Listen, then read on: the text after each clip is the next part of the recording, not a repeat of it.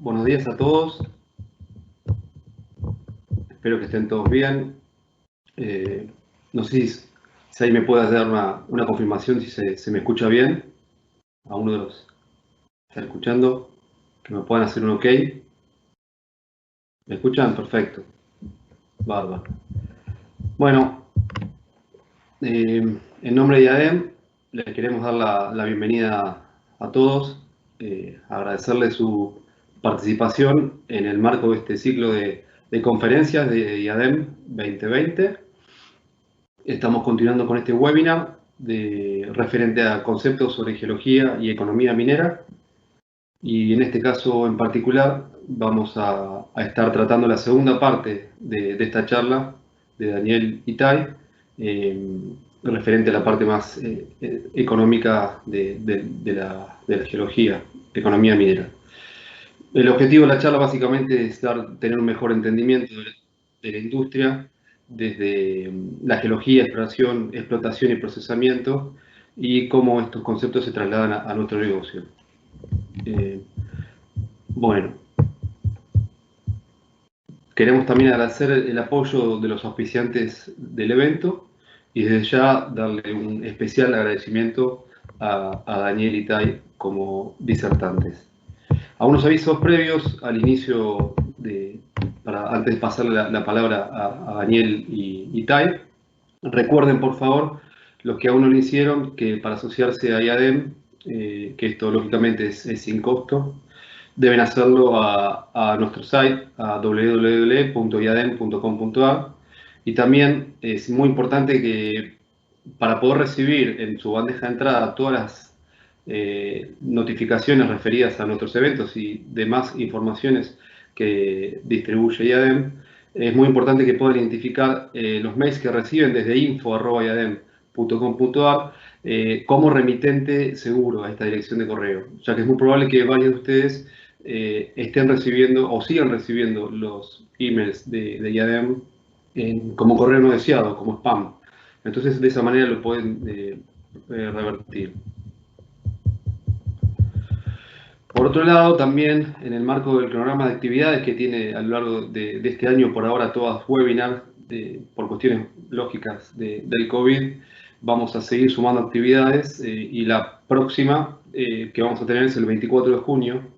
Esta información está disponible en la página web de IADEM, 24 de junio a las 11:30 horas, y va a tratar sobre la situación de la actividad y funcionamiento de las autoridades mineras en las provincias. Por el momento se va a hacer un análisis de la situación resultante del aislamiento social y preventivo obligatorio en las provincias de Catamarca, Chubut, Jujuy, Mendoza, Neuquén, Río Negro, Salta y San Juan. Van a poder inscribirse enviando un email a info@iadem.com.ar y la conferencia no tiene costo para los asociados al instituto. Y para asociarse, lógicamente, los que ahora lo hicieron, tienen que hacerlo a través del website, iadem.com.ar. Y como les dije antes, pueden encontrar más información de este webinar en la parte de capacitaciones y cursos de nuestra website. Bueno, volviendo al tema del webinar de hoy, los disertantes, como les dije, van a abordar la segunda parte de la charla sobre geología y economía minera, referente justamente a economía. La mayoría de ustedes seguramente estuvieron presentes en la primera parte del webinar. Es muy probable que tengamos, por una cuestión de agenda o de gente que se ha notificado después de la charla, tengamos gente nueva entre los participantes. Entonces vamos a simplemente, de una manera muy resumida, contarles que Daniel Jerez es geólogo y contador público, egresado de la Universidad Nacional de Córdoba.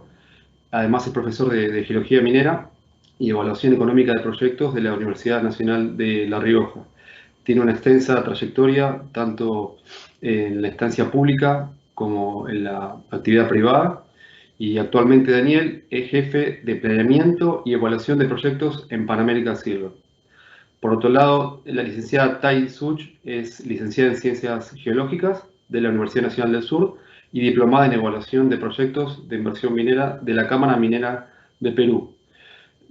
También tiene una extensa trayectoria en la actividad pública y privada y, bueno, Tai desde enero de este año ocupa el cargo de jefe de sostenibilidad social, para Pan American Silver en Argentina. Bueno, le voy a ceder la palabra a Daniel y a Tai para que inicien la segunda parte del seminario.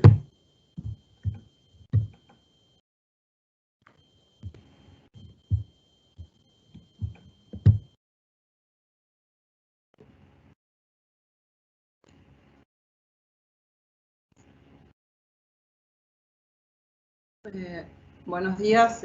Bueno, como mencionó el presentador recién, ahora vamos a hacer la segunda parte del ciclo y empezamos a presentar y agradecemos a todos los que hoy volvieron a querer escuchar un poquito más de estos conceptos que son tan importantes dentro de la industria minera.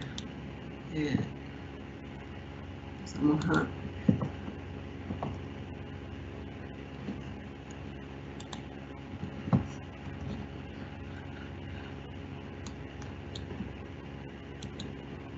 Si me dicen si se ve, alguien me puede decir si se ve cuando empiece y se vea la presentación, arrancamos. Sí se ve. Bueno, en la charla anterior habíamos dado todo lo que son conceptos básicos y definiciones de recursos y reservas, todo lo que es el ciclo minero y algunas características de lo que es la industria minera a nivel nacional. Ahora pasaríamos a lo que es las definiciones de negocio minero y toda la parte económica que tiene el desarrollo de un proyecto. Bueno, como mencionamos en la charla anterior, la industria minera requiere de varios factores que tienen que ser evaluados y además garantizados para que se pueda desarrollar de la mejor forma posible. La existencia de un recurso en sí no va a garantizar la producción o mercado. ¿Cuáles son los factores que tienen que garantizarse? Bueno, la evaluación técnica, las evaluaciones económicas, todo lo que son las condiciones desde el punto de vista legal, ambiental y social. Pero además el recurso tiene que transformarse, tiene que pasar por una serie de procesos para transformarse en un producto. Y eso necesita además un mercado que esté demandando de este producto para que eso termine siendo comercializable. ¿Cuál es el origen de este negocio? Bueno, el origen radica principalmente en la actividad minera, la cual tiene sus características intrínsecas en que parten de la existencia de un mercado. Necesitamos un mercado que demande los minerales y además necesitamos que esos minerales estén en lugares accesibles y que tengan una concentración definida y que sean económicos. Una de las cosas principales es poder ubicarlo, es la localización de estos depósitos, pero además esto requiere largos periodos de estudio. No sé si voy a sacar esto. Desde el punto de vista económico, bueno, la minería tiene características especiales no comparables a lo que es la economía tradicional. Por esto mismo que mencionábamos recién, los largos periodos de inversión para su estudio y además que están ubicados generalmente en zonas muy alejadas y carentes en su mayoría de infraestructura. Las características de los depósitos minerales también es un factor fundamental dentro del negocio minero. Los recursos sabemos que son desconocidos, hay que encontrarlos y dimensionarlos, cuantificarlos principalmente. Y también tenemos que tener en cuenta que son fijos en tamaño y esto genera que tengan a lo largo de la vida de un yacimiento una vida útil determinada y que se agoten. También otra de las características que tienen estos depósitos es que no son uniformes en calidad y esto genera una rentabilidad riesgosa. Son fijos en ubicación, lo cual genera un alto impacto en inversiones y costos.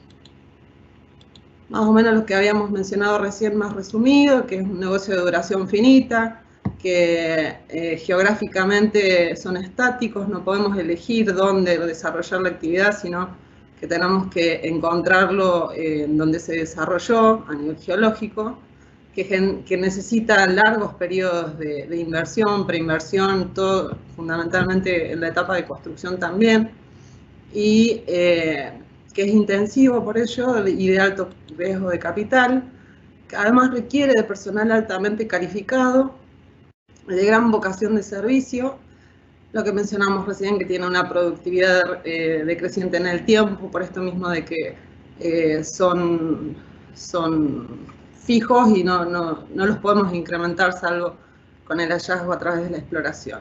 Y que el éxito de un proyecto no solo va a depender de variables del país, de las condiciones que generen competitividad a nivel tributario y todo lo demás, sino que además dependen de los factores propios de lo que es el mercado y de que además el precio de los commodities es uno de los factores fundamentales que mueve este negocio y que están ajustados a la oferta y la demanda de los mismos.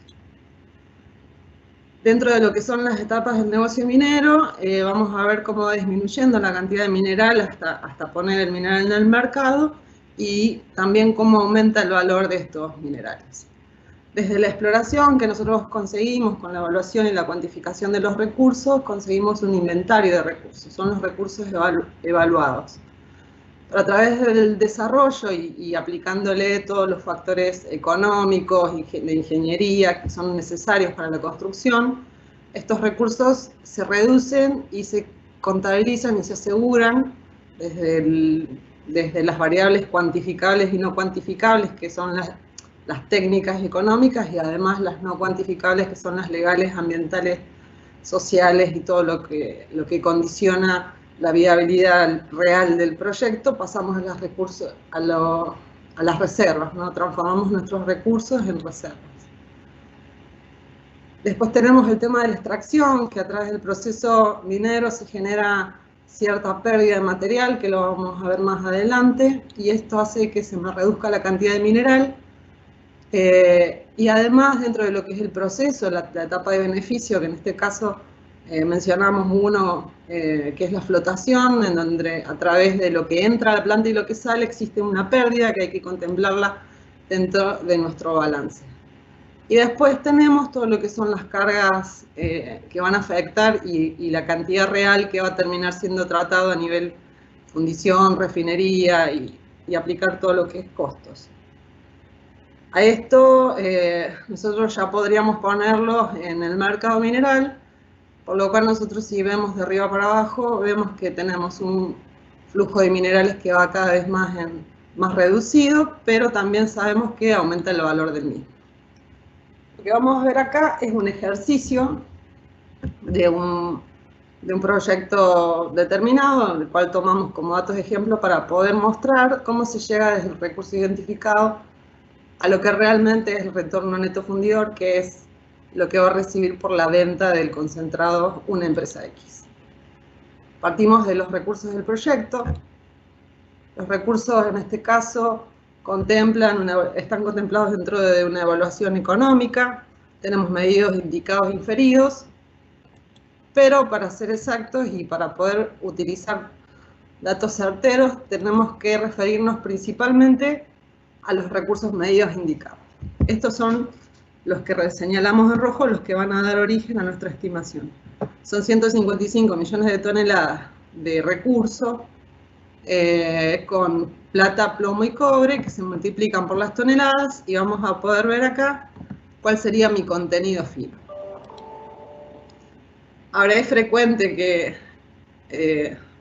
o sea, dentro del estudio y dentro de un montón de discursos, esta cantidad de recursos y este contenido fino es frecuente que se multiplique por el precio de los commodities y se haga una primera aproximación a cuánto tenemos en valor económico.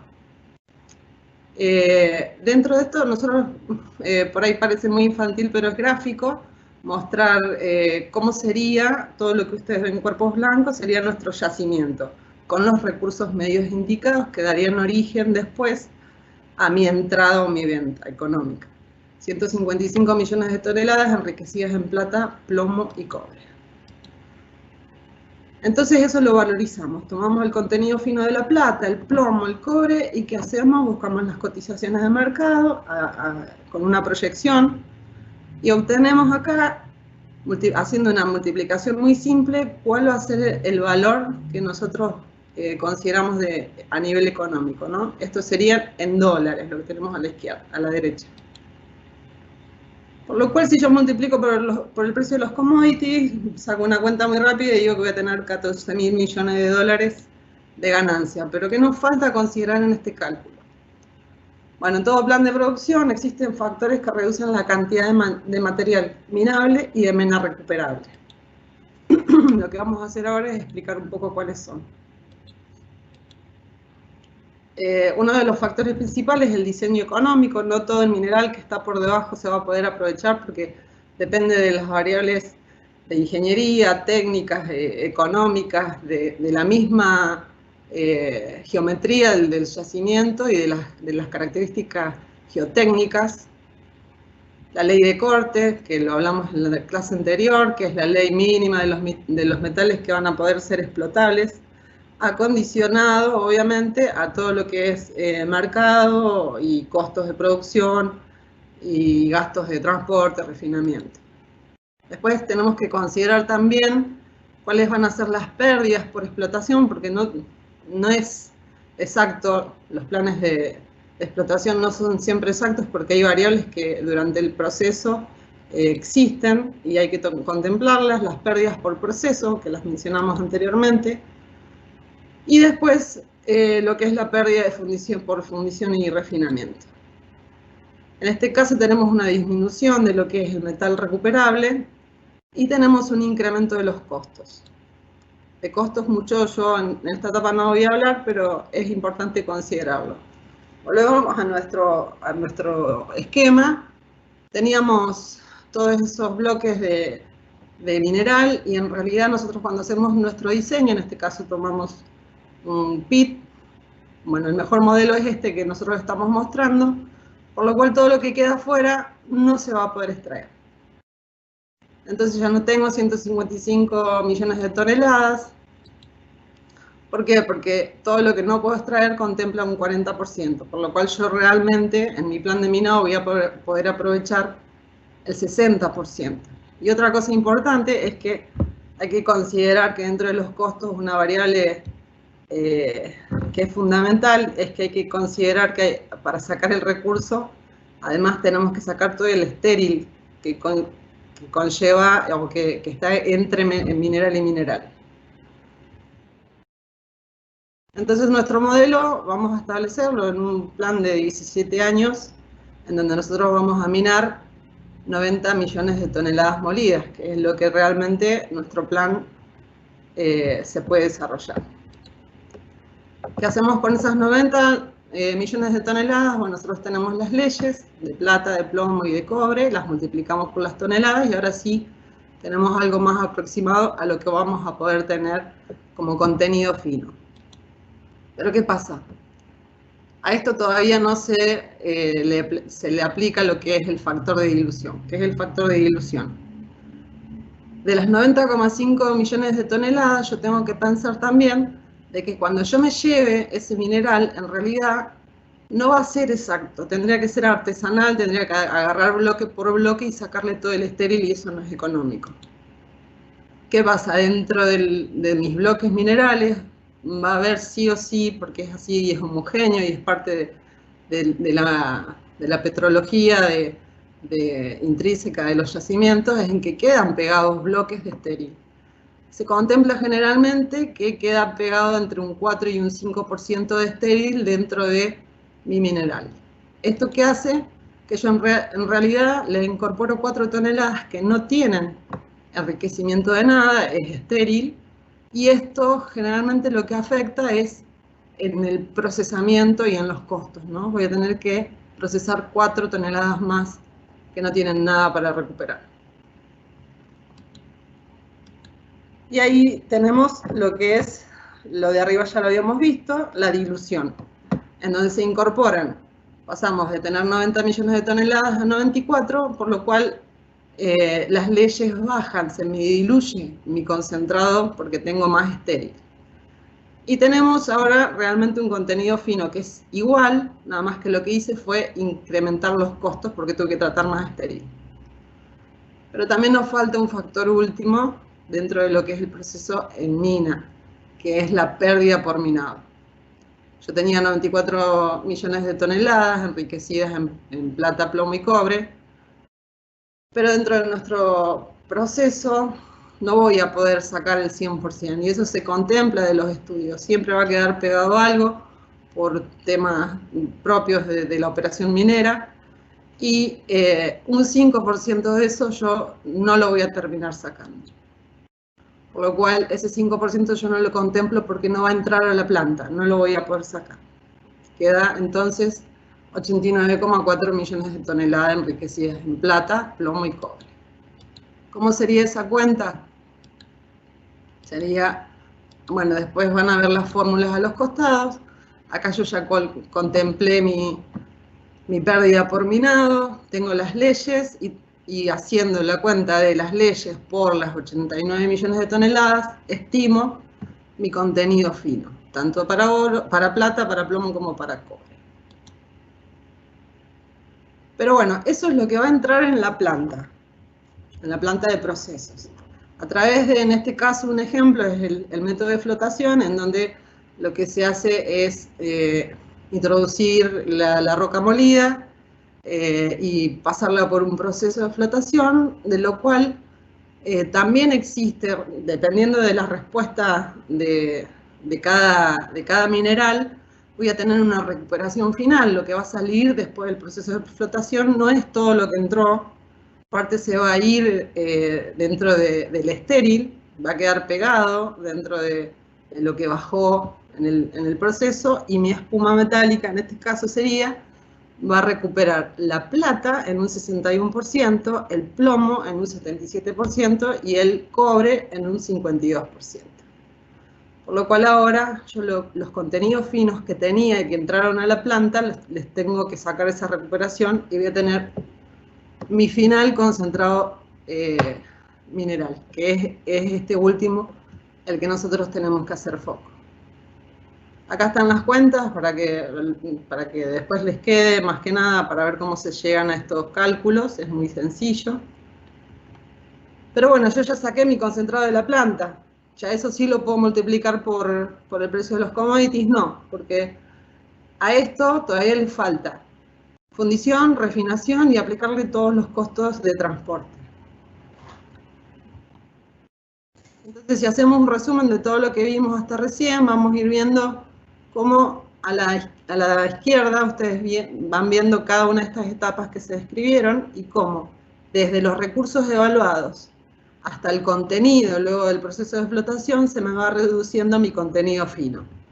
Por lo cual, en realidad, yo ahí puedo sacar una cuenta rápida de lo que son las pérdidas que voy a tener desde el recurso hasta la planta de plata, plomo y cobre, en donde, bueno, es para ejemplificar que no se puede multiplicar un recurso por un precio de commodity, sino que hay que ver todo el proceso.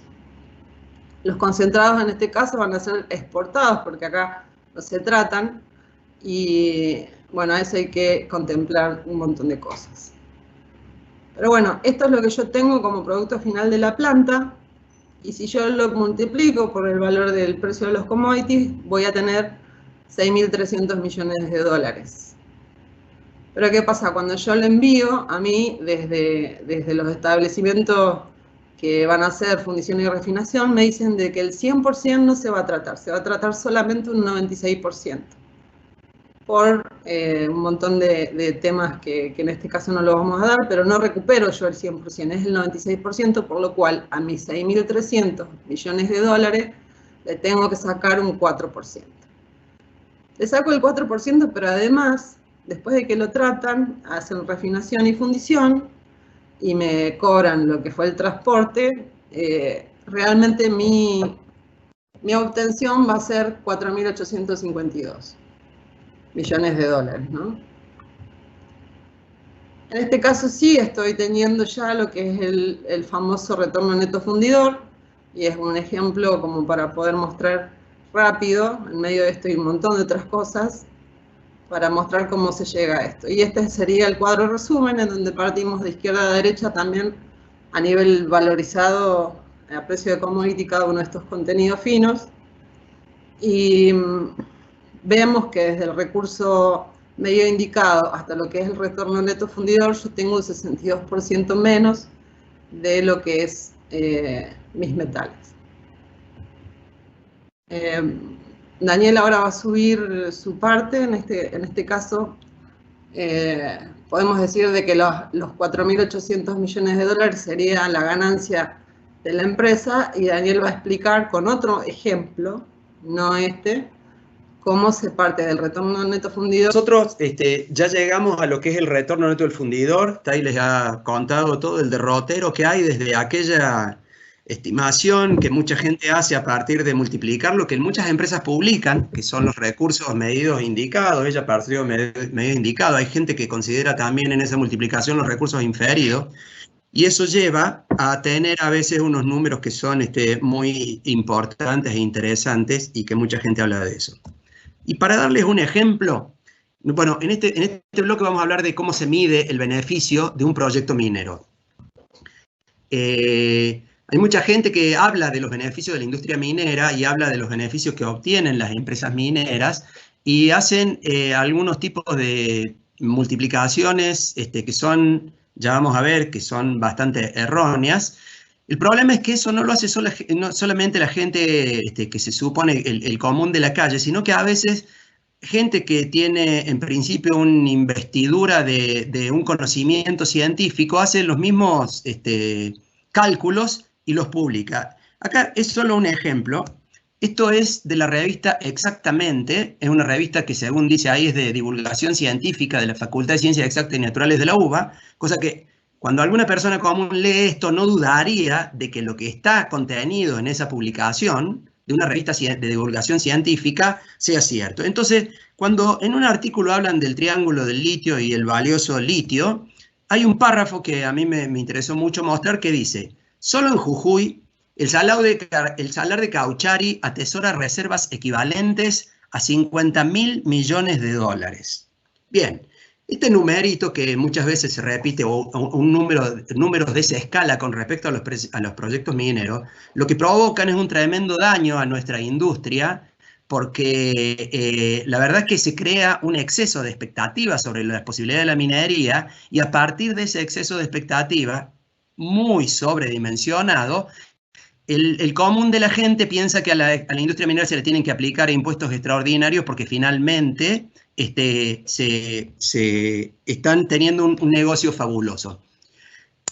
Cualquier persona se podría dar cuenta cualquier persona se ve que no lo hace, ¿no? Pero se podría dar cuenta de que si tenemos que en un salar de la Argentina hay 50.000 millones de dólares, nosotros tendríamos, no sé, si hay 40 proyectos de litio en la Argentina, tendríamos billones de dólares ahí, y ya podríamos pagar 1000 veces la deuda externa y terminar comprando a Kuwait, Arabia Saudita y una buena parte de China con las reservas que tenemos de litio, ¿no? La verdad que eso no es correcto, y vamos a tratar de seguir mostrándole, dentro de lo que estamos viendo en este bloque, la metodología más utilizada para la evaluación de un proyecto y cómo se miden los beneficios.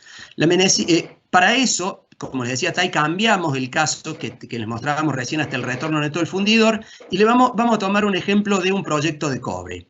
Lo que les quiero destacar acá es que vamos a tomar, además de los costos que tiene este proyecto para su desarrollo, algunos que quiero destacar son que vamos a tomar 3% de regalía Valvorcamina, la tasa del impuesto a las ganancias, un total del 35% que sería aplicado a los accionistas entre la empresa y si hubiera distribución de dividendos. Y para este caso tomamos un supuesto de que los derechos de exportación son del 8%. Una inversión inicial de 2.300 millones de dólares. Este proyecto tiene una característica, que empieza con una capacidad de producción determinada y a los 5 años hace una ampliación de la capacidad de la planta, una ampliación de la capacidad de procesamiento, que lleva una inversión adicional de 400 millones y el resto es el capital de sostenimiento a lo largo de toda la vida de la mina, con lo que en total la inversión es de 3.800 millones de dólares. Ya después les voy a contar, pero la tasa del descuento de los flujos de fondos es del 10% anual y se consideran 500.000 dólares anuales como gastos del Estado en monitoreo y control directos para este proyecto, que es lo único que gastaría el Estado. Bueno, entonces volvamos a cómo se miden los beneficios económicos. Siguiendo más o menos lo que les mostraba Tai, la gente toma esto y dice 1.500 millones de toneladas por 0,55 de cobre, son 8 millones de toneladas de cobre, por el precio de la libra, por la cantidad de libras por tonelada, que eso nos da un valor de 5.500 dólares la tonelada de cobre, lo multiplicamos y llegamos al fabuloso número de 45.000 millones de dólares, que es lo que muchas veces, uno escucha y se sorprendería de quienes dicen tenemos un yacimiento de 50.000 millones de dólares y no le puede ser que le estemos cobrando solo el 3% de regalías. La verdad, ¿no?, es que lo que nos dicen es que hay un esquema de saqueo en el sistema económico de la Argentina, sobre todo en cuanto al sistema tributario, que permite que una empresa minera se lleve 44.000 millones de dólares y solo nos deje el 3% de eso, que son 1.300. La verdad que esto no es muy correcto y vamos a medir las cosas como se deben, ¿no?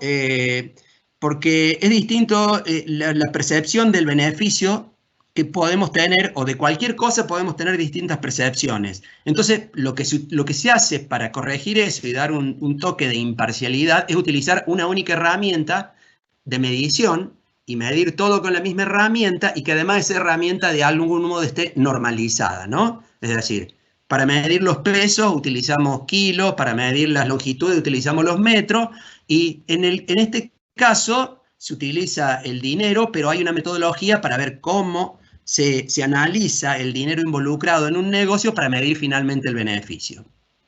Entonces, ¿qué vamos a utilizar? Los flujos de fondos descontados para medir un beneficio. Y esto es muy simple. ¿Cómo se mide el beneficio a través de los flujos de fondos? Y se mide diciendo, si yo en un negocio voy a poner 100 y al cabo de un tiempo de ese negocio tengo 200, yo resto los 200 que me ingresaron menos los 100 que puse, tengo un beneficio de 100. O sea, es simplemente sumar una suma algebraica, de decir, menos 100 que pongo al inicio, más 200 que te recibo al final, el beneficio es 100. Es así de simple. Por supuesto que ese es el principio y para hacerlo un poco más complejo, vamos a considerar lo que mucha gente consideraría a partir del proyecto que yo les mostré, que son los ingresos que generaría el proyecto. Los ingresos, esto sería el retorno neto del fundidor anual a lo largo de los 28 años de la vida de la mina, de lo que les mostraba Tai. Los 28 años de producción de esta mina, medidos en términos de retorno neto del fundidor, nos darían esto. Entonces, muchas veces nosotros escuchamos de que un proyecto minero recuperó su inversión inicial, que eran 2.400 millones de dólares, si ustedes se acuerdan, y ustedes ven que en los 2 primeros años exporta 2.500 millones de dólares, la gente dice, en 2 años recuperaron la inversión y a partir de ahí es pura ganancia. Entonces, quien saque esa cuenta, ya un poquito mejorada con respecto a los 45.000 millones de dólares que nos decían antes, estamos llegando a la conclusión de que tienen un beneficio de 29.000 millones. Pero la verdad es que esto no es correcto, porque esto significa que solo se han considerado los ingresos, las exportaciones anuales, que son los flujos de fondos positivos, pero no se han considerado los costos. Cuando consideramos los costos, lo que vamos a ver es que se reducen estos ingresos porque, por supuesto, el mineral no fluye mágicamente desde el yacimiento, ¿no? Parece que yo siempre, algunas veces he dicho de que hubiera alguna especie de manguera mágica que permite que el cobre fluya. Cuando uno la hunde en la tierra, el cobre se hace líquido y va directamente hasta la fundición. La verdad es que no, la verdad es que por suerte para los que trabajamos en minería y para el país que finalmente cobra los impuestos, se requiere mucho trabajo para lograr ese nivel de exportaciones que se ven arriba. Y descontando los costos y los impuestos, finalmente lo que vamos a tener es este flujo de fondos no descontados a lo largo de la vida del proyecto. Pero hay una cuestión más que hay que considerar. Acá están los flujos de fondo. Un tema que muchos se olvidan es justamente este que está acá, que para que todos estos fondos que están acá como flujos de fondos positivos netos existan, primero lo que se debe hacer es invertir. Y hay que hundir una inversión de 2.400 millones de dólares para recién a partir de ahí empezar a tener los flujos de fondos positivos. Pero hay una variable más que es muy importante considerar y que tiene que ver con el valor del dinero en el tiempo. La pregunta es, ¿vale lo mismo lo que yo recibo hoy que lo que voy a recibir dentro de 30 años? Si nosotros, alguien nos dice, yo te voy a pedir un préstamo, préstame por favor $1.000 y yo te voy a devolver esos $1.000, fabuloso, te presto los $1.000, ¿cuándo me lo vas a devolver? En 30 años. ¿Ustedes creen que eso es correcto? No, porque seguramente ustedes van a pensar, en 30 años hay un montón de factores para aplicar, de que si él me devuelve los $1.000, yo estoy perdiendo plata. Para empezar, estoy perdiendo, si yo pusiera esos $1.000 en el banco, recibiría una capitalización que va a hacer crecer eso, ¿no? Y del mismo modo, hay un modo de calcular cuánto valen esos $1.000 que me van a dar dentro de 30 años, cuánto valen hoy. Y esto tiene que ver con este ejemplo. Ustedes si ponen, por ejemplo, $1.000 hoy a una tasa del 10% anual de intereses y dejan los intereses sin retirarlos, al cabo de 4 años ustedes van a tener $1.464, porque eso se ha capitalizado. Si utilizamos el proceso inverso, es decir, si nosotros tenemos algo que dentro de 4 años vale 1.464, ¿cuánto vale hoy? Lo que hacemos es la actualización, es decir, traerlo a la actualidad o hacer el descuento de un flujo de fondos futuros a la actualidad. Y finalmente lo que tenemos es que algo que vale $1.464 dentro de 4 años, hoy vale 1.000. Si aplicamos ese principio a los flujos de fondo que tenemos en nuestro proyecto minero, lo que vamos a ver es que cuando aplicamos una tasa del 10% de descuento anual, aquellos 289 millones de dólares, esos 289 millones de dólares a percibir dentro de 31 años, tienen un valor actual de 17 millones. Mientras más lejos nos vamos en el tiempo, más se achica el valor actual de ese flujo de fondos futuros que voy a tener. Y entonces, ahora sí, nosotros estamos en condiciones de acumular todos estos flujos de fondos anuales a valores actuales para saber cuál es finalmente el beneficio de mi proyecto.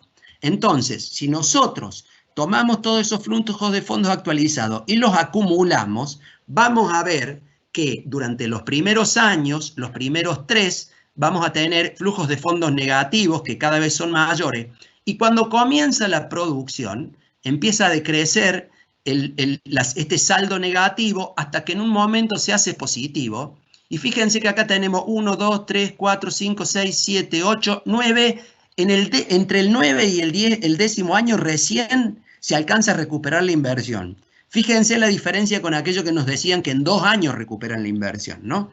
Imaginen ustedes lo que es decidir poner 2.500 millones de dólares para tener el primer flujo de fondo positivo real dentro de 9 años y medio. Imagínense el riesgo que significa eso. Bien, ¿qué otro datito tenemos acá? Que acá tenemos el famoso valor actual neto o valor presente neto, que es lo que mide el beneficio que va a tener quien hace la inversión en este proyecto, el beneficio neto que les queda. Aquello que yo les decía, si hoy pongo 100 y tengo 200 de retorno, mi beneficio es 100, acá se traduce en, yo voy a invertir 2.400 millones de dólares, y a lo largo del tiempo voy a recibir alrededor de 3.500, lo que hace que mi suma neta, mi beneficio neto sea de 1.300. Muy bien. Ahora vamos a mirar el otro actor que hay acá, porque ¿por qué lo ponemos al otro actor? Porque hablamos de economía minera y uno de los temas que se discuten habitualmente en economía minera es cuánto queda para el Estado, que es lo que está en el inconsciente de la gente, de la mayor parte de la gente. ¿Y qué es lo que vamos a hacer? ¿Vamos a medir de otro modo cuánto gana el Estado? No, tenemos que medir con la misma herramienta de medición de beneficios para poder comparar ¿cuál es el beneficio que cada uno obtiene? Entonces, si aplicamos la misma metodología, vamos a tener que, estos son los flujos de fondo del Estado.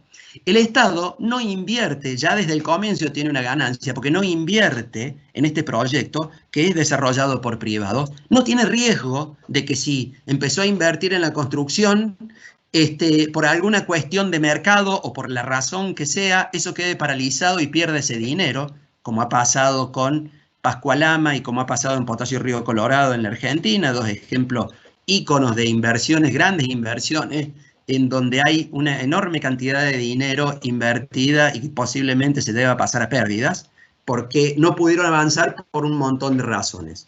Acá el Estado no ha invertido dinero y desde el comienzo empieza a cobrar impuestos. Le cobra impuesto el IVA, que por esto yo le puse en un supuesto de que devolviera el IVA de la construcción que le ha cobrado a la empresa. Si se lo devuelve, entonces tendrían esos flujos de fondo negativos en estos años, pero ya comienza desde el año -2 y -1 de la construcción, comienza a tener flujo positivo. Y después a lo largo de toda la vida de la mina, con estos impuestos que yo les decía, solo considerando regalías, impuestos a las ganancias y retención a las exportaciones, hay muchos más impuestos en realidad que se cobran, pero estos son los más relevantes, tendría este flujo de fondos del Estado.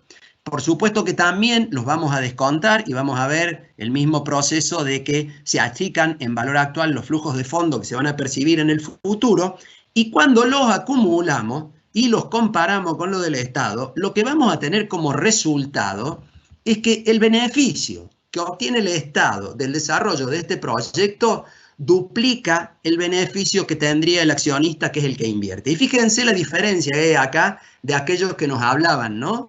Del 97 se llevan y nos dejan el 3, acá midiéndolo así rápido ya estamos viendo que el Estado se queda con 2/3 y le queda 1/3 para el que invierte y arriesga. Pero además hay que considerar otra cosa, el Estado recauda esto que yo les muestro de impuestos de modo directo de la empresa minera. Esto es lo que paga directamente la empresa minera. Pero el Estado, ustedes saben, que a partir del desarrollo de este proyecto minero va a cobrar más que eso. ¿Por qué? Porque a los proveedores y a los empleados les va a cobrar, entre otras cosas, el impuesto a las ganancias. A los proveedores les va a cobrar otro montón de impuestos.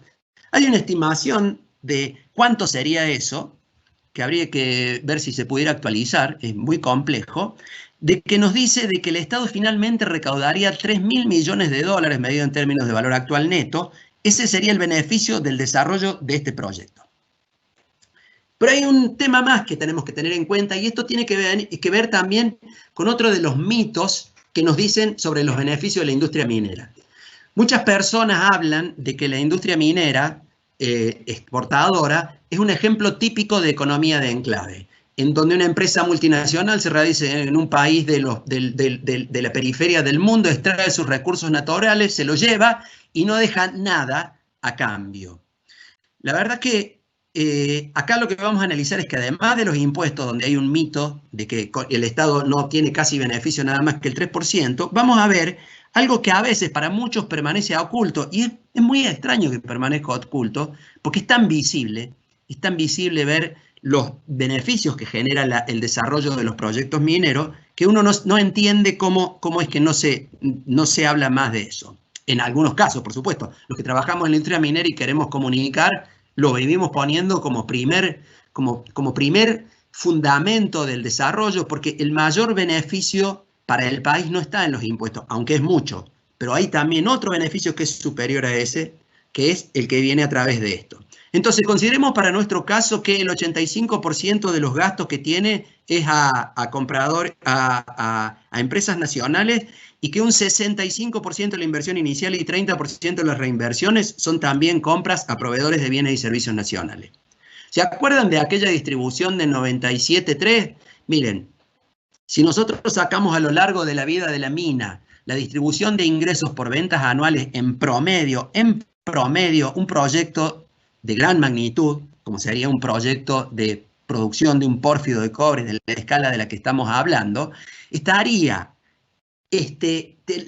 la economía de los trabajadores y los proveedores de bienes y servicios, y los trabajadores de los bienes y servicios, los trabajadores de los proveedores, a lo largo de toda esa cadena, 540 millones al año en promedio, 540 millones al año en promedio estarían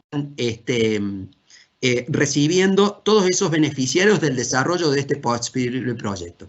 Utilizando la misma herramienta, esta sería la distribución de los flujos de fondo. Al principio es muy grande por la construcción, luego en la primera etapa que les había dicho, este proyecto tiene una etapa, digamos, más chica de producción, viene la reinversión, la inversión en la ampliación del concentrador y tenemos una meseta de casi 16 años donde hay 485 millones de dólares en promedio a este sector de la economía.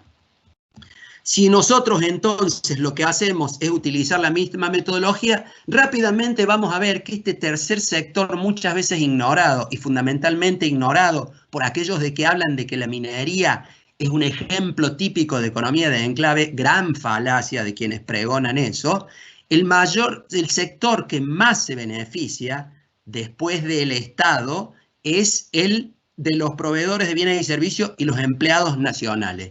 Y el último, el que tiene el menor rédito del beneficio que genera este proyecto, es el de la empresa que invierte para que se desarrolle. En resumen, acá lo que tenemos es que el beneficio medido con la misma herramienta que genera este proyecto minero es para los accionistas de 1.100 millones de dólares. De modo primario, directo, el Estado recibiría 2.200, pero como una parte de lo que ganan los empleados y proveedores de servicios lo toma el Estado a través de impuestos que les cobra a ellos, finalmente el Estado recauda 3.000 millones y el sector de los proveedores de bienes y servicios y empleados recauda 3.800. En resumen, ese sería el balance. Fíjense lo que genera la posibilidad de que se desarrolle, de que logremos inversión, de que seamos competitivos para lograr que esa inversión, por ejemplo, no se vaya a Chile o a Perú, a donde hay montones de proyectos que son similares a los que tenemos en la Argentina con posibilidad de desarrollo, cómo debemos ser capaces de atraer esa inversión y fijar condiciones que den confianza para que se invierta, porque finalmente todos los argentinos a través de los impuestos y de trabajo y de multiplicación de pymes y de MIPES y de todas las escalas de empresas nacionales que puedan abastecer a ese gran consumidor de bienes y servicios que sería un pórfido de cobre en marcha, podrían abastecer. Miren la relación que hay. Entonces, nos hablaban de que se llevaban el 97 y nos dejan el 3, y la verdad es que los argentinos, sin arriesgar en la inversión, lo que estaríamos recibiendo es el 86% de los beneficios que se generan en ese proyecto. Y esto es solo en términos económicos. Ni hablemos de lo que significa esto en términos de generación de oportunidades, cambio en las posibilidades de desarrollo de la vida de las personas, no solo de quienes van a trabajar en esto, sino las de sus hijos y las de sus nietos, y de todos los que empiecen a desarrollar pymes y mipymes y desarrollen profesiones a partir de la posibilidad de conseguir un trabajo en un proyecto de este tipo, o de abastecer a una empresa que abastezca, o de ser empleado de una empresa o empresario para abastecer este tipo de proyectos. Entonces, para seguir avanzando por ahí, no sé cómo estamos con el tiempo, estamos con un ratito, un concepto que también es... un matecito, gracias. Vamos a hablar de una característica que es importante de tener en cuenta como característica del negocio minero y que es independiente del precio, vamos a considerar el precio como constante, y que tiene que ver con los costos, que son muy importantes, porque la minería es un negocio distinto a muchísimas cosas y a pesar de que es una industria, porque es una industria que transforma algo que se desconoce en algo conocido y después cuando es conocido logra transformarlo en un producto que se puede vender en un mercado, como les explicó Tai, tiene grandes diferencias que ya se han destacado y por ahí por razones de tiempo no las pudimos poner, pero me gustaría decirle. Una industria en general de las comunes, la no minera, lo que hace es comprar insumos que ya están estandarizados, normalizados, y el que se tiene que preocupar por proveer esos insumos es la empresa proveedora. Pero esa industria recibe esos insumos y no tiene problemas. La minería tiene yacimientos que son completamente variables en todas las dimensiones que ustedes lo puedan pensar, porque la naturaleza lo formó de ese modo. Entonces, La industria minera, no solo por eso, sino por muchísimas razones, tiene una enorme diversidad de costos y vamos a ver algo que tiene que ver con los costos. ¿Qué es el margen operativo? Esa definición, que es el beneficio que queda de descontar los costos operativos de los ingresos por venta expresado en relación a las ventas, es una cosa que hay que pensar mucho para ver qué significa. Entonces, pensé en darles un ejemplito numérico que es más fácil. Si las ventas, por ejemplo, son de 1.000 y los costos operativos son de 650, la utilidad operativa es 350, fíjense que es una cantidad de dinero, ¿no? 350 pesos o dólares, y el margen operativo es una relación, es un porcentaje, es el 35%.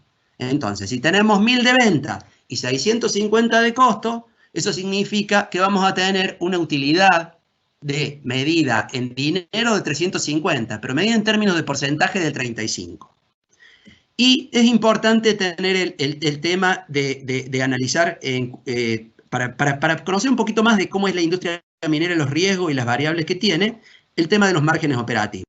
Entonces vamos a ver la evolución de los márgenes operativos para distintas minas y su evolución temporal, y los cambios de márgenes operativos para una única mina a lo largo de su vida. Les dejo para que la lean cuando se los pase.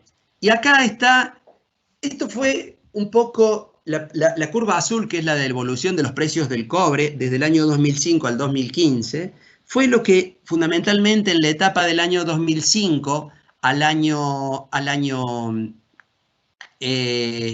año 2005 hasta el año 2008 provocó todo ese interés que surgió sobre la discusión de la minería, porque hasta el año 2003, que no empezó a subir el precio del cobre y el oro y eso, nadie se preocupaba mucho por la minería. De hecho, la ley de inversiones mineras fue votada en la Argentina por unanimidad. Todos los diputados de la Argentina votaron a favor de la ley de inversiones mineras, aunque muchos de ellos, algunos conocidos, después se pusieron en contra. Parece que cuando votaron siendo diputados no habían analizado mucho. Bueno, todo el mundo empezó a prestar atención a la evolución de los precios.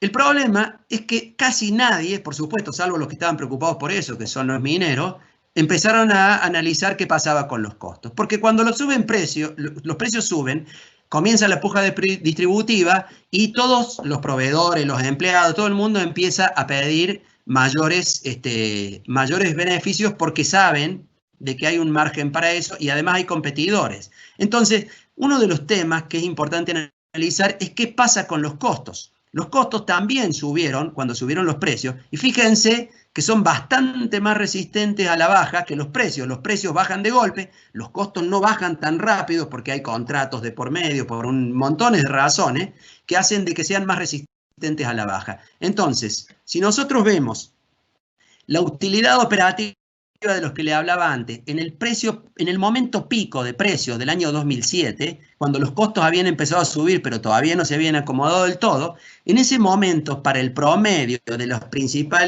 26 operaciones mineras del cobre de Chile, una muy buena muestra, esto es información de Cochilco, en ese momento, el promedio de costos operativos para esas operaciones era 134 y el precio era 375. Había un enorme margen operativo del 64%.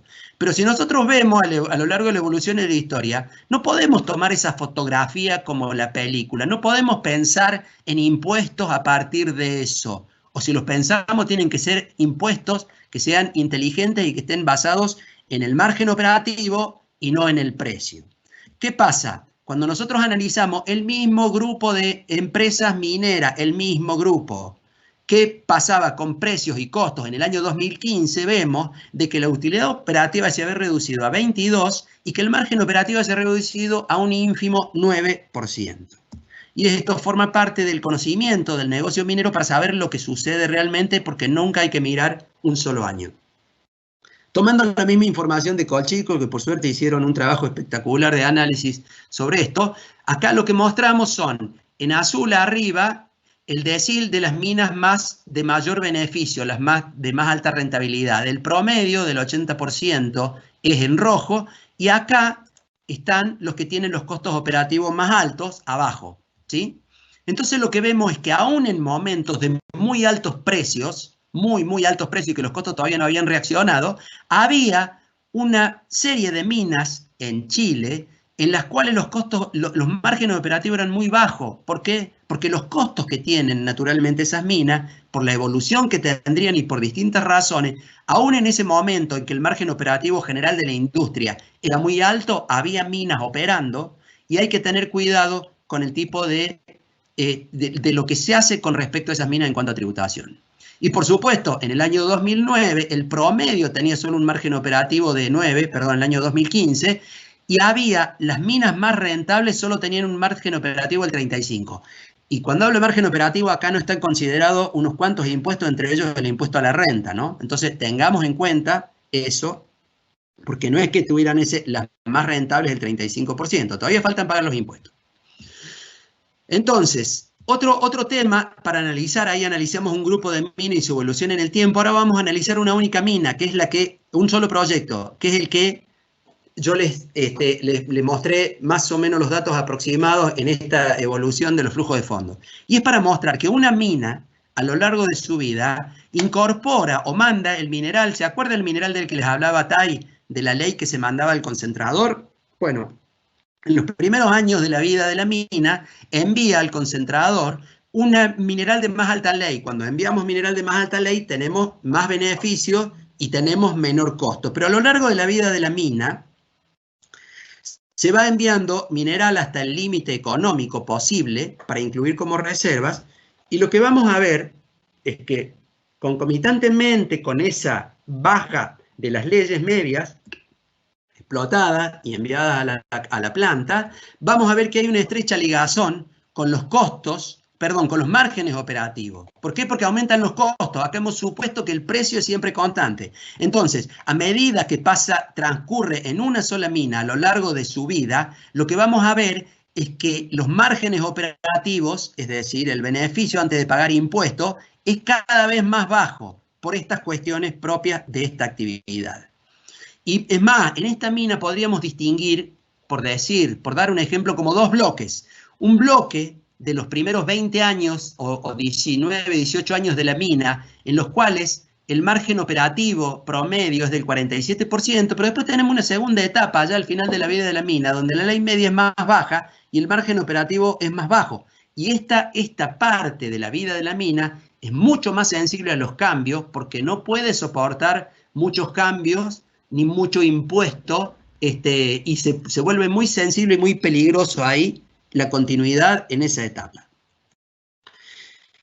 Y para mostrar la sensibilidad de los costos de operación y también tener un análisis comparativo con respecto a lo que sucede con nuestros países vecinos y en algún modo competidores en cuanto a atracción de inversiones, hemos tomado este caso, el mismo que les venía mostrando, que si ustedes se recuerdan tenía un beneficio, un valor actual neto de este proyecto para la empresa en Argentina de 1.100 millones de dólares, en ese proyecto, con exactamente las mismas características, con la excepción de los impuestos que se tributan, en Chile tendría un beneficio para accionistas de 1.550 y en Perú de 1.415. Hasta ahí ya vemos que no es muy atractiva desde ese punto de vista en la Argentina. Si hubiera la opción de invertir en Chile o en Perú en algo similar, la Argentina ya empieza a mostrarse como no muy competitiva. Pero ¿qué pasa si consideramos un aumento de los costos de operación del 15%? Con solo un aumento del 15% en una mina que por distintas razones pudiera tener costos más elevados, como por ejemplo que no tuviera acceso a la energía eléctrica y tuviera que generar energía de otro modo, que reduce el margen operativo al 30%. Ahora ya vemos que en la Argentina el valor actual neto se reduce a 600 y en Chile se reduce a 1.100. O sea, fíjense que, por ejemplo, en Chile, un proyecto que tenga un 15% de costos operativos superior tendría el mismo beneficio que tiene en la Argentina un proyecto que tiene 15% menos de costo. ¿Esto qué quiere decir? Que esto es mucho más beneficioso y que disminuye el riesgo de un posible proyecto en el que hay que invertir para 30 años, que si aumentan los costos, en Chile se hace más llevadero. Pero además fíjense que aumentan la brecha, ¿no? Entre Argentina y Chile acá hay alrededor de 400 millones de dólares y acá acá sube casi a 500. Pero vamos a hacer un tercer análisis dentro de un análisis de sensibilidad, subiendo un 30% los costos operativos. Si suben un 30% los costos operativos, en la Argentina, el valor actual neto de ese proyecto, con un margen operativo del 20%, el valor actual neto va a ser de solo 139 millones de dólares. Imagínense qué atractivo que puede ser invertir 2.400 millones de dólares para al final de 30 años tener un beneficio neto de 139. Entonces, acá viene el tema de lo que son las leyes de corte. Este es el PIT más en detalle que tendría nuestro proyecto inicial con los costos que tenemos mostrados en el proyecto. Esto daría, si se explotara todo este mineral, un beneficio neto de 1.133 millones de dólares para la empresa minera y los 6.000 y pico de millones de dólares para los proveedores y para el Estado, ¿no? Ahora, ¿qué pasa si hubiera una suba de costos? Si hubiera una suba de costos, que eso sube la ley de corte, nos desplazaríamos en esta curva ley-tonelaje, nos estaríamos desplazando hacia la derecha para aprovechar un mineral de más alta ley que nos da de algún modo una mayor rentabilidad, o decir soporta, no es decir da una mayor rentabilidad, el que soporta un aumento de costo y sigue dando un beneficio económico que incentiva la inversión, pero cuando nos desplazamos hacia el mineral de más alta ley, lo que vamos a tener es que se nos reduce la cantidad de toneladas aprovechables. Y ahí es que llegamos a este esquema, planteando un caso hipotético, en el que de 1.500 millones de toneladas, finalmente, para aprovechar el mineral de más alta ley, solo reduciríamos nuestro proyecto, insisto, bajo un escenario planteado para mostrar, esto trata de ser una cuestión de mostrar cómo es el negocio minero y cómo impactan los costos en las leyes de corte, cómo impacta eso en las reservas y cómo impacta eso en los beneficios para todos. Tendríamos una reducción de que solo podríamos aprovechar 562 millones de toneladas.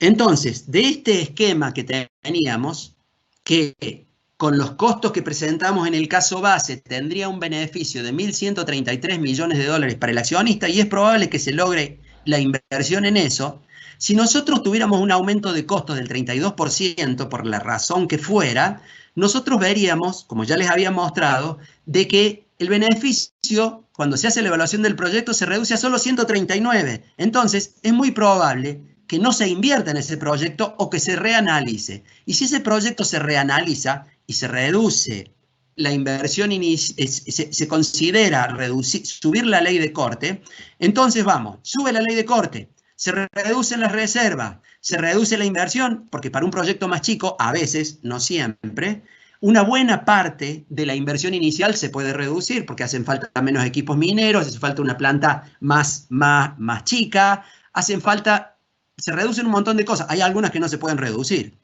Hay montones de cosas que no se pueden reducir y son fijos, y no es lineal la baja de la inversión inicial en relación a la baja de la capacidad del proyecto, pero sí algo se reduce.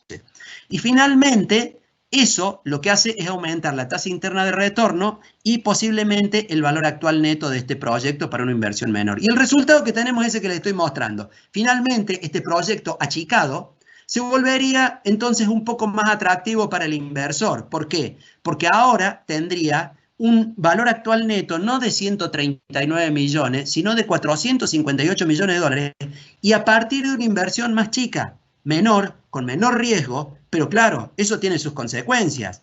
Eso tiene la consecuencia de que se reduce lo que el Estado va a cobrar en impuestos y se reduce lo que van a cobrar los proveedores y los trabajadores de toda la cadena de proveedores de ese proyecto. En resumen, es un no buen negocio.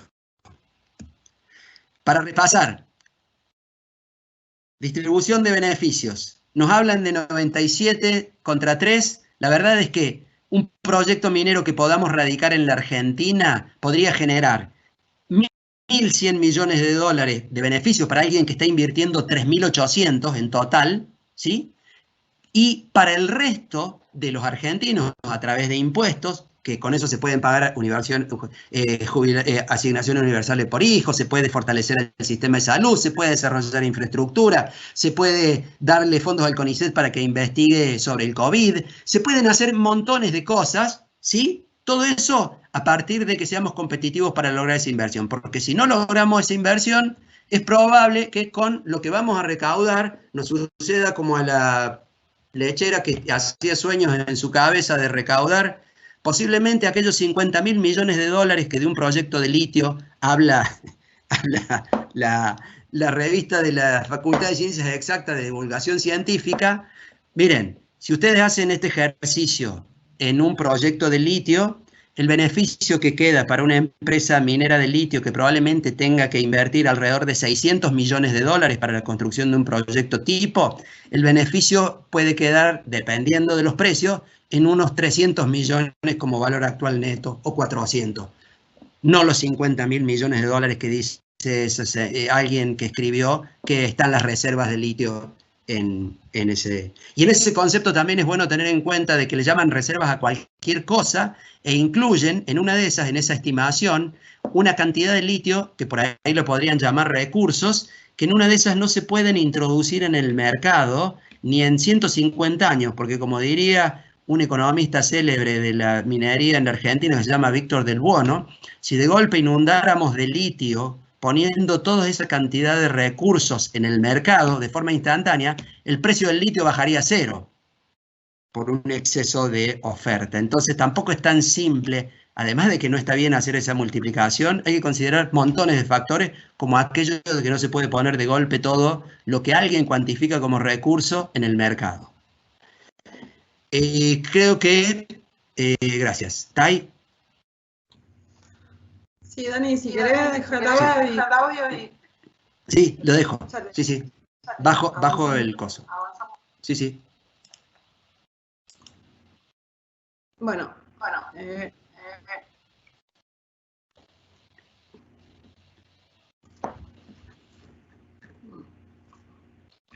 Bueno, principalmente, bueno, se escucha el eco, Dani, me parece. Ahí está. Vamos a hablar un poquito de lo que es el impacto de la industria y nosotros habíamos puesto dentro del programa que íbamos a hablar a nivel nacional, lo dejamos para el último porque un poco del tema lo dimos ya en la clase anterior y vamos a focalizarnos principalmente en lo que sería el impacto a nivel provincial, por eso le pedí a Dani que se quede con el audio porque esto lo podemos dar en conjunto. Dentro de lo que es Santa Cruz, bueno, nosotros no tenemos tantas provincias mineras que estén desarrollando su potencial hoy en día, son principalmente Jujuy, San Juan y Santa Cruz, son las principales que hoy están produciendo, y bueno, queda Catamarca con el tema del litio. Esta diapositiva también la habíamos visto, pero vale recordarla porque lo que queremos poner acá es que a partir del año 95, en la construcción de Cerro Vanguardia, cuántas minas se fueron instalando en la provincia. La idea es mostrar no solamente esto, sino cómo implicó esto y cuál fue el impacto sobre el tema de las exportaciones. Santa Cruz, a raíz de la explotación de estas minas, ustedes pueden ver en el gráfico cómo la participación de las exportaciones mineras dentro del total de las exportaciones de la provincia ha sido importante. De hecho, al principio ustedes ven dentro de esto la parte negra, que era uno de los principales productos exportados dentro de la provincia, que es el petróleo, y cómo fue desplazando. Esto también estamos hablando de dólares, ¿no? Y tiene que ver con el precio en el mercado, no solamente con la cantidad de producto exportable, sino el precio. En este caso nosotros podemos ver cómo a medida que pasan los años, al final, vemos cómo la participación de la minería dentro de lo que es bullón doré, plata principalmente, va captando la mayor parte de estas exportaciones.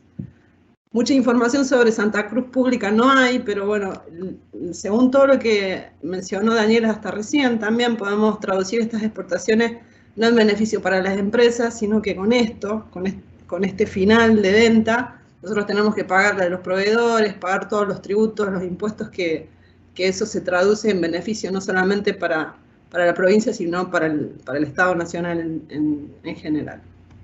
Lo que sí hay son estudios públicos que se pueden mostrar de la Secretaría de Minería. Bueno, esto muestra principalmente cómo se multiplica por 10 desde el año 2005 hasta el 2017, que son las últimas estimaciones que se hicieron públicas. La puesta en marcha de San Juan, esto es importantísimo y de esto sí tienen fuente como para poder consultar. La puesta en marcha de Veladero, Gualcamayo y Casposo, que produjeron un cambio fundamental a nivel provincial y además a nivel nacional, ¿no? Pero no solamente el indicador económico, hay muchos otros indicadores que son aquellos que hacen que se mejore la calidad de vida, tanto en salud como en acceso a energía, a la parte de conectividad, y eso se puede mostrar en los gráficos de acá. En este caso lo que vemos es que desde la puesta en marcha de Veladero, en el año 2005, Gualcamayo en 2009 y Casposo en el 2011, cómo se multiplicaron las exportaciones a nivel provincial y cómo fue desplazando. Pero también es importante mostrar en esto que la puesta en marcha de estos yacimientos también generaron un aumento en otras exportaciones, ¿no? Bueno, las exportaciones a nivel minero, viendo solamente la parte minera, que ustedes ven que en el año 2016 más o menos llegan 918 millones de dólares. ¿Cómo se repartieron esos millones de dólares? Principalmente los que recibieron más beneficios son las empresas de bienes y servicios nacionales, en donde captan 375 millones de dólares, 204 para sueldos y honorarios. Esto mejora la calidad de vida, obviamente, de todos los habitantes. Y la recaudación a nivel Estado, todo lo que es el tipo tributario directo e indirecto, va a 131 millones de dólares. Estos beneficios no solamente para la provincia, repetimos, sino para todo el Estado. Dani, si querés seguir con el tema del PBI. Sí, en la diapositiva anterior, solo para destacar de que eso que yo les mostraba como un modelo conceptual en la distribución de beneficios, esto es un trabajo que se hizo sobre el impacto de la economía, de la minería en la economía sanjuanina. Por suerte hay muchos datos, un trabajo que se hizo en colaboración entre la Secretaría de Minería de la Nación y el Ministerio de Minería de la provincia de San Juan. Y fíjense, ¿no?, los números. Cuando mucha gente insiste en hablar de que se llevan todo y solo dejan el 3%, fíjense cómo se multiplican las posibilidades tanto a través de las compras de bienes y servicios nacionales como lo que son sueldos y honorarios, y finalmente lo que es la recaudación de eso que se genera por exportaciones de metales preciosos. Vamos a la próxima, por favor, Tai. Y San Juan es muy importante. Por suerte en San Juan se pudo hacer este trabajo porque la provincia de San Juan tenía datos para el análisis de cómo evolucionó el Producto Bruto Geográfico de la provincia, que si nosotros vemos la evolución en paralelo del Producto Bruto Interno del país Argentina con el Producto Bruto Geográfico de la provincia de San Juan, entre el año 93 y el 2004, con algunos desfases, en más o en menos, depende del año, la economía de la provincia de San Juan, medida en términos de PGB, creció del mismo modo que la economía argentina. No se despega uno del otro. Pero fíjense lo que sucede a partir del año 2005, que comienza la construcción de Veladero. La economía argentina creció de hasta 175, y partiendo del mismo origen en el año 2005, la economía sanjuanina se despegó completamente del crecimiento del promedio de la Argentina, creciendo de una forma mucho más importante. 244 contra 175 sobre la base 100 del año 2005.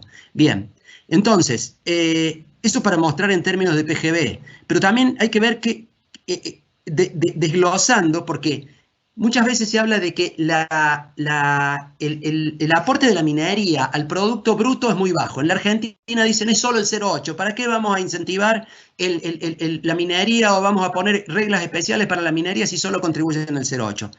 En una economía diversificada como la Argentina y en una economía con poca tradición minera como la Argentina, probablemente la minería a nivel global, el 0,8, se vea como bajo, pero analicemos a nivel de una provincia como la de San Juan. El impacto directo de la participación en el PGB de la minería en la provincia de San Juan para el año 2016 era del 7,8.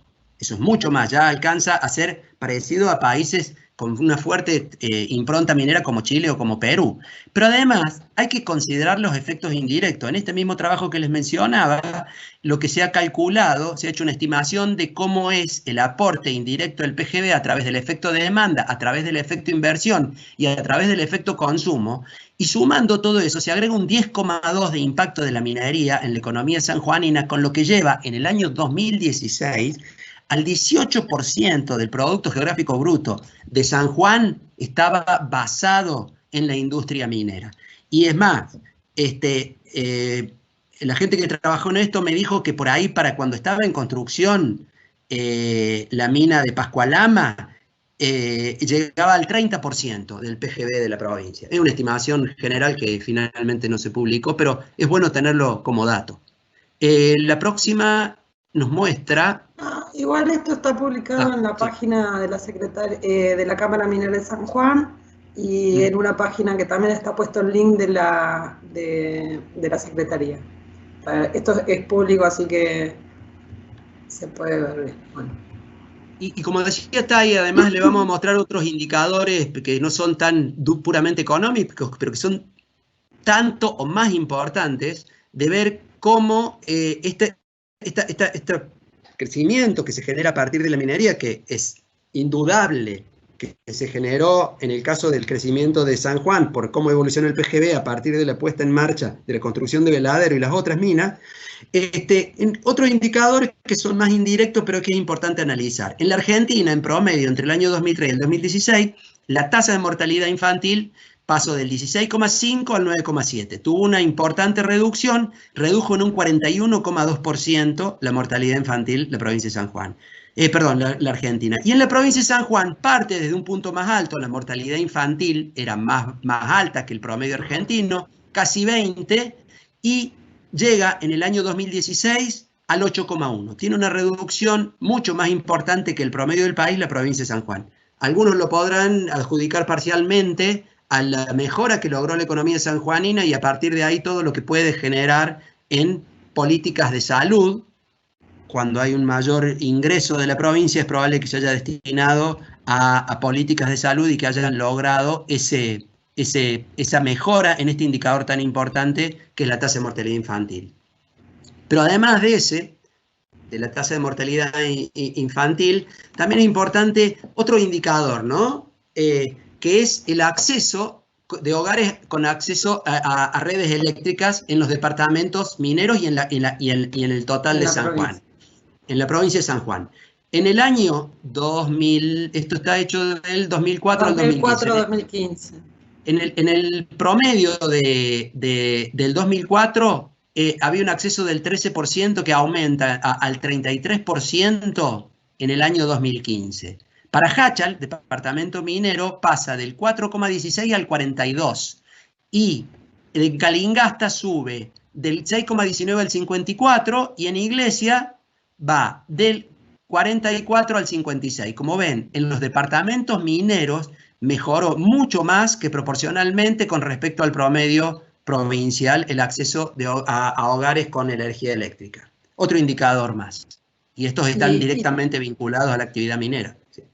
Y esto tiene que ver con también el acceso a la educación digital, que no está puesto en esta presentación, pero el acceso a todo lo que es comunicación, ustedes saben de que también impacta directamente con la calidad educativa de estos departamentos.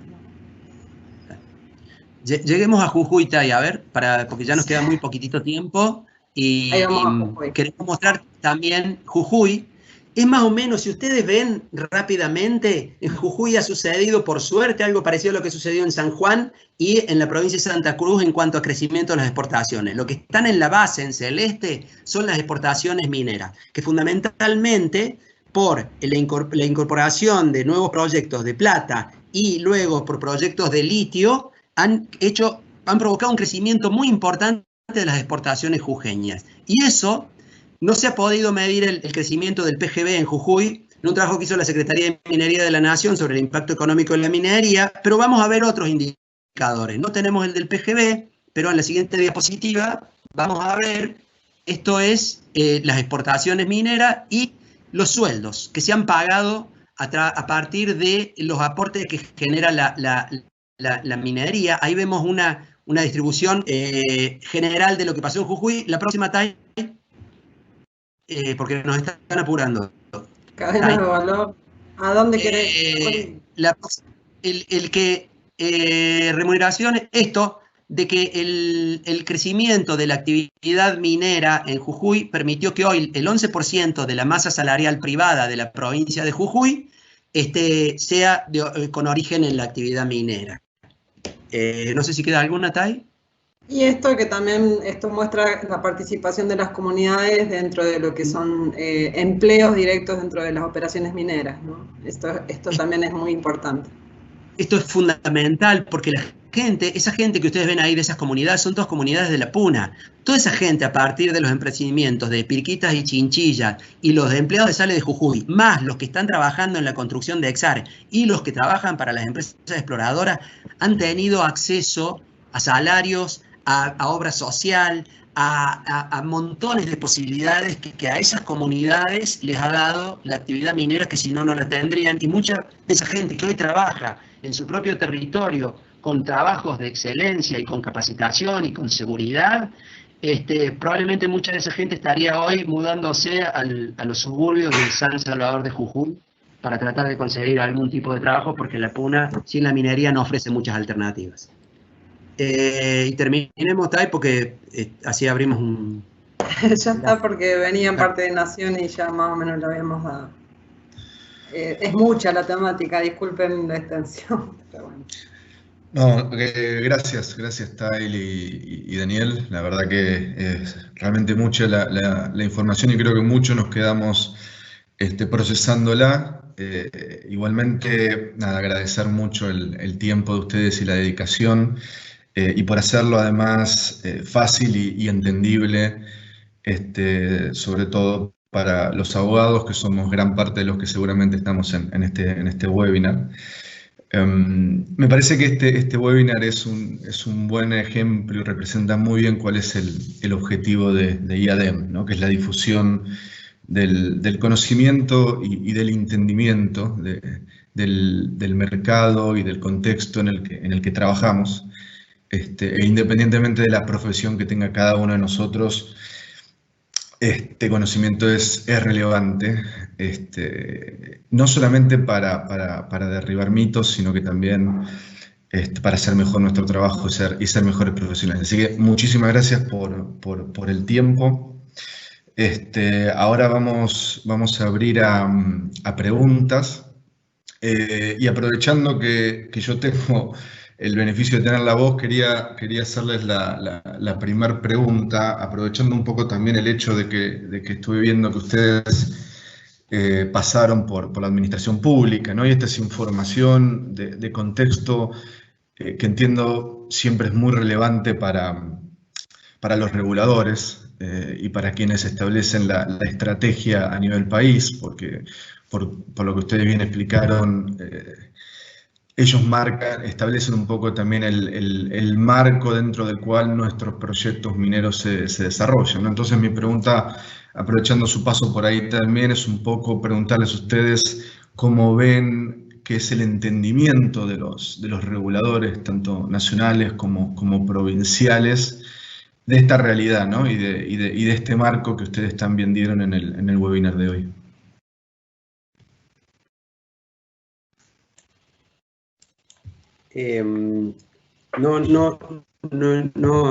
Yo entiendo que tanto los reguladores nacionales como los provinciales de la actividad minera tienen esto en claro. El problema es que les toca internamente, así como nosotros tratamos de explicar acá al público, eso que nosotros hemos planteado de lo que la gente piensa de la minería, también se tiene en general en todas las instancias de gobierno. Entonces es un trabajo bastante duro eso que hay que llevar adelante con respecto a eso. No tenemos duda que los que están gestionando las políticas mineras a esto lo tienen claro. El problema es bastante difícil comunicar esto, por todo esto que hay en el inconsciente colectivo con respecto a la actividad minera, ¿no?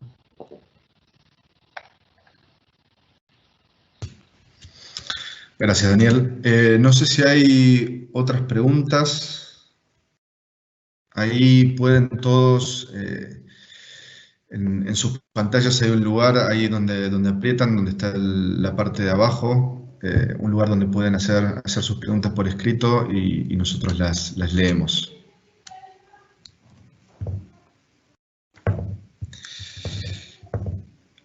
Mientras tanto, para dar un poco de tiempo para ir recibiendo algunas preguntas, otro agradecimiento también que queremos hacer es a los sponsors de este webinar, nombrarlos rápidamente: Pan American Silver, Sales de Jujuy, Veladero, Minera Santa Cruz, Estudio Randle, Marvalo, Farrell y Mayral, Brujú, Estudio Alfaro, Becar Valera y Newmont, ¿no? Muchas gracias por el aporte que nos da la posibilidad de hacer este webinar en beneficio de todos nosotros, ¿no? Acá hay una pregunta que ingresó. ¿Creen que se debe reformular la distribución de los beneficios de la actividad?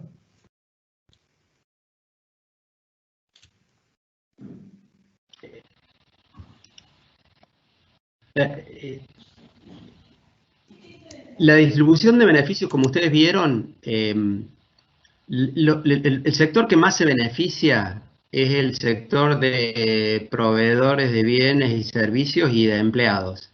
Entonces, eso, ahí comienza la principal base de distribución de los beneficios que se generan. Y con políticas adecuadas, eso se puede, tal vez, ayudar un poco. Creo que la mejor política para regular la distribución de beneficios es una política que lleve a la generación de beneficios. Es decir, establecer condiciones competitivas para que se puedan generar. Y con respecto a los estados, bueno, el Estado Nacional tiene sus propios modos de distribución de los beneficios y los estados provinciales, fundamentalmente para las regalías, cada provincia tiene sus propias leyes sobre cómo se distribuyen las regalías, además de los fondos fiduciarios que tienen algunas provincias.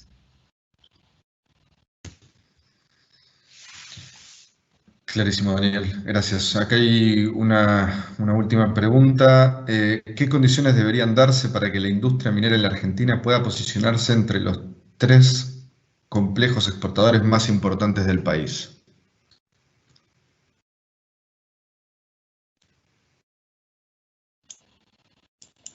En una de las diapositivas nosotros ponemos cuál sería una especie de potencial de los proyectos avanzados mineros, un trabajo también que está publicado en el CIMA, que es el Centro de Información Minera de la Secretaría de Minería de la Nación. Ahí está cuál sería el potencial, ¿no? De qué es lo que hay que hacer con eso, y hay que hacer políticas de que fundamentalmente establezcan reglas claras en cuanto al respeto de las reglas, ¿no? La famosa seguridad jurídica por un lado, y por el otro lado hay que hacer mucho trabajo de comunicación, mucho trabajo de comunicación para que la sociedad vea de qué se trata realmente. Hay que alejar a la sociedad de los mitos y hay que acercarla a la realidad de la actividad minera para lograr una aceptación social que es fundamental. En lo que hablamos de recursos y reservas, dijimos en la otra conferencia de los factores que permiten pasar de recurso a reserva, algo que no existía hace mucho tiempo, era que para hablar de una reserva, a partir de un recurso, uno era la licencia social, y eso es fundamental. Es fundamental trabajar en eso, además de la seguridad jurídica. Gracias, Daniel.